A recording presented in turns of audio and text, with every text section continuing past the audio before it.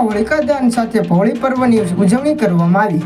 પ્રાપ્ત થતી માહિતી મુજબ ભાવનગરમાં આજે પરંપરાગત હોળિકા ઉત્સવની ઉજવણી કરવામાં આવી હતી। આજના જમાનામાં પણ બાળકો અને વડીલોમાં હોળિકા ઉત્સવનો અલગ જ માહોલ જોવા મળે છે।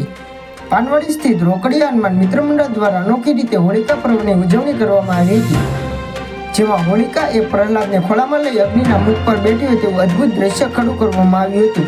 આ દ્રશ્યો દ્વારા બાળકોને પણ આપણી સંસ્કૃતિથી પરિચિત કરવામાં આવ્યા હતા। હોળી પ્રગટાવ્યા પછી પરંપરાગત મુજબ ખજૂર અને ધાણીનો પ્રસાદ સાથે જળ દ્વારા બહેન હોળીની પ્રદક્ષિણા કરવામાં આવી હતી અને આશીર્વાદ મેળવ્યા હતા।